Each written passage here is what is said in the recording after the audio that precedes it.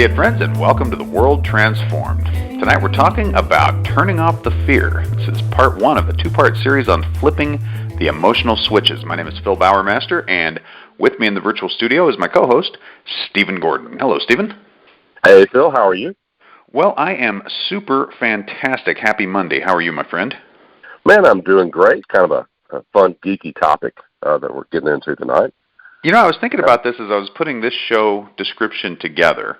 This is a thing we have talked about theoretically numerous times over the years. This is a thing we said, one of these days we'll have this. And maybe now we're a little bit closer to actually having this. What we're talking about is identifying and then being able to manipulate the individual switches to control the emotions that we feel. If we had this control panel whereby we could determine how much of, name the emotion, anxiety perhaps, or happiness, or whatever it might be that you're feeling, what would we do with that capability? So we're going to explore that a little bit tonight and also on Wednesday night. But here's the story. The headline is, researchers find fear and courage switches in brain.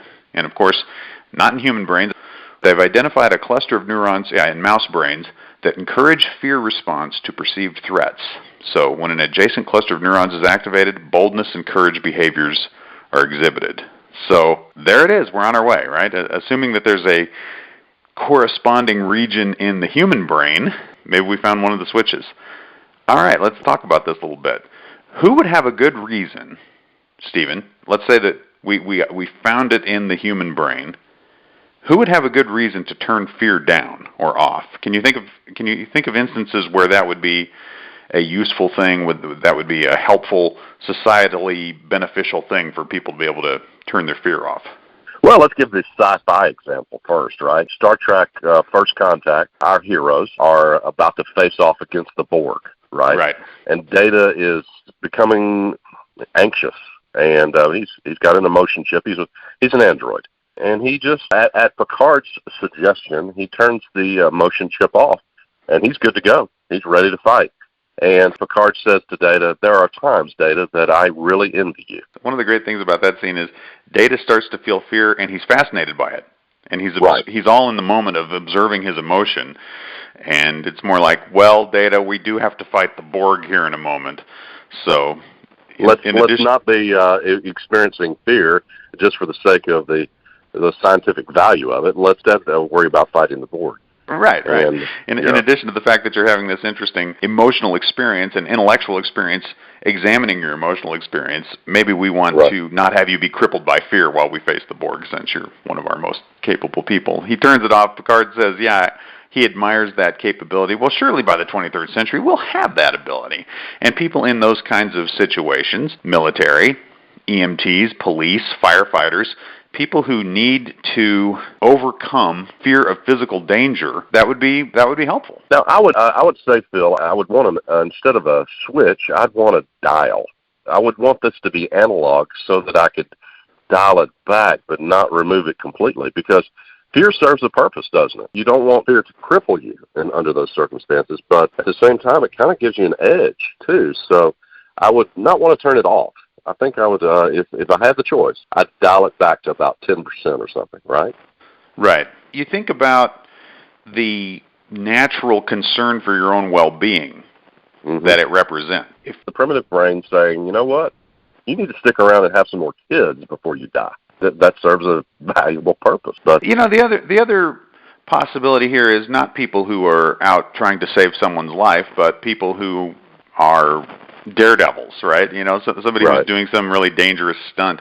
I see these videos of people doing these crazy stunts on YouTube. You ever watch these? They show up on social media all the time. People who've climbed to the very top of some really tall building and they're dangling off by one arm. They're doing push-ups right on the edge, or some of those kinds of things. And I'm always fascinated by those. I can never tear my eyes away from them. But I always think those people have somehow naturally curbed that impulse not to do those things, right? To tamp that down. And you can only imagine these are mostly very young, very healthy, skilled acrobatic type folks who were doing it. The idea that others who maybe want to be cool too, who don't have that ability naturally, might turn that fear down people might get themselves into some really dangerous situations, I guess. I get kind of a Darwin Award potential there out of it. Yeah, there is some danger in having the switch or dial or whatever you call it. There is I don't know, this may be some sort of urban legend, a tribe of Native Americans that simply do not have the fear of height that most people have, and they were very much involved in the building of skyscrapers in New York City in the early days of that, because they would do it where other people could not. I've heard it both ways, that there's something genetically different about them, that they just lack that fear.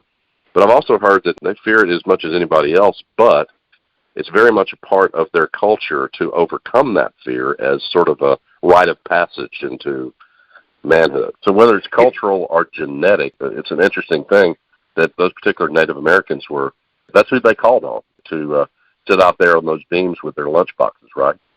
You can see where the culture side of it, even if there's a slight, very slight genetic predisposition in that direction, where the culture would really reinforce it. I mean, if you're told from day one, and not even told explicitly, but just everything around you tells you that, hey, we're the people who aren't afraid of heights, that would have to soak in a way. I mean, that would have to drive you in a way that it's kind of hard to get your head around. But it does speak to the fact that we have tremendous control over these anyhow. Without even having a switch, people do display amazing control over their fear.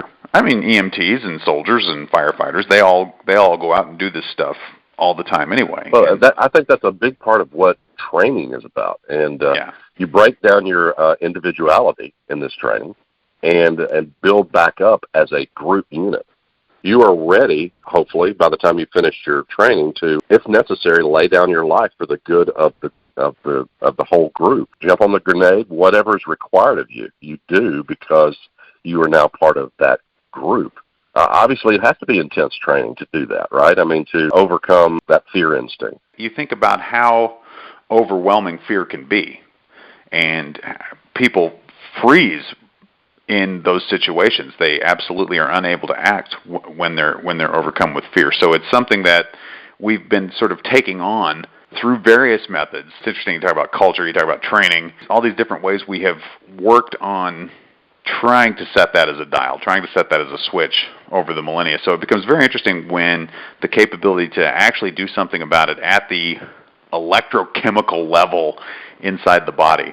Now, let's flip it around. Here's the other side of it. Would there ever be a time when we would legitimately want to turn up somebody's fear response, make them more fearful? Right before you enter a horror movie. The whole purpose of going to a scary movie is to be scared. Perhaps before you step in to see it, you're a big horror movie fan. You've been desensitized to the point that they don't scare you anymore. Maybe you could turn the dial up a little bit so you could experience that visceral fear that you're wanting to feel from a safe vantage point, from the seat of a theater, right?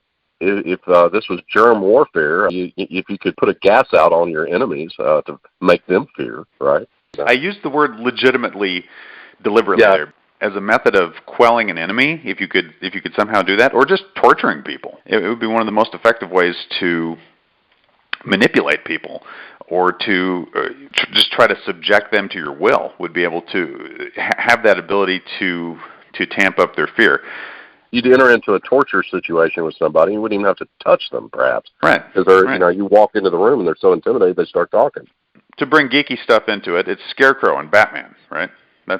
Yes, of course. That's exactly what he was doing. That's what Scarecrow does. He makes people afraid. And in his case, he actually somehow gets into like your deepest fear, right, and brings that out. But if you could just generally make somebody fear, it'd be a very odd experience, right? If there's nothing in particular making you fearful and suddenly you're overwhelmed with terror, that would be quite crippling. But that's not legitimate. I like the idea of entertainment, because that hadn't occurred to me at all, that people might mess with that particular emotion just because there's a thrill. You've ridden every roller coaster there is, and they just don't do it for you anymore.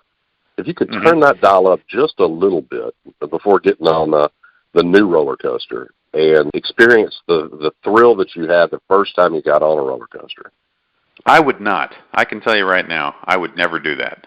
I would never deliberately make myself fearful. There might be other emotions, even negative ones, that I might reasonably think of reasons that I might turn that dial up once in a while for an odd reason or other.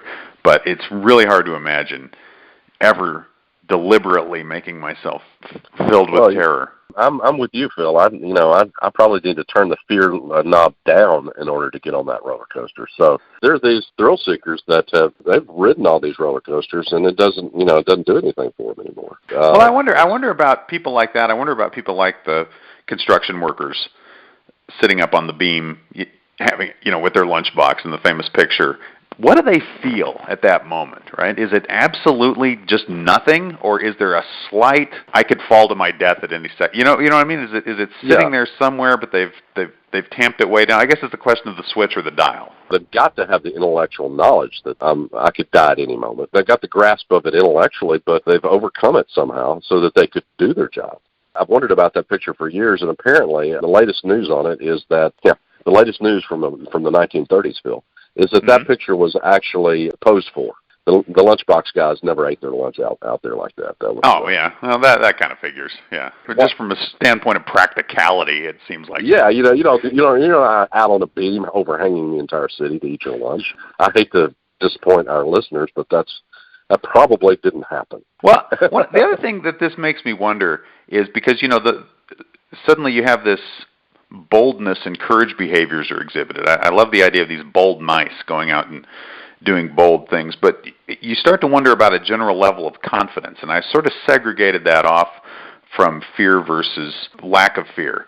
And then once you talk about confidence, there's this whole panoply of other emotions that potentially we might have control over at some point.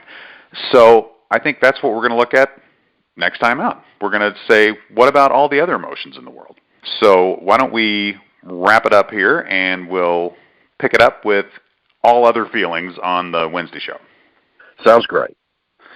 All right, man. Well, great talking to you. Great having you all with us. We will be back on Wednesday with a brand new show. We're going to do part 2 of our exploration of flipping the emotional switches. And until next time, live to see it.